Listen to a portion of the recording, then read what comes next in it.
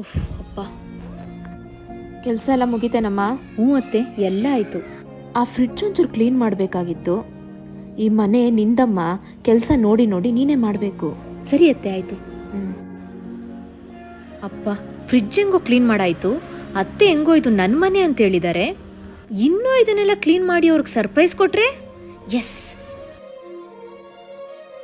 ಇದೇನಿದು, ಟೀ ಪುಡಿನೇ ಕಾಣ್ತಿಲ್ವಲ್ಲ, ಎಲ್ಲ mix ಮಾಡಿಬಿಟ್ಟಿದ್ದಾಳೆ. Rush ಬಾಯ್ಲಿ. ಹೇಳಿ ಅತ್ತೆ. ಏನಮ್ಮ, ಒಂದು ಐಟಮು ಇಟ್ಟಿರೋ ಜಾಗದಲ್ಲಿಲ್ಲ, ಎಲ್ಲ ಮಿಕ್ಸ್ ಮಾಡಿಬಿಟ್ಟಿದ್ಯಾ?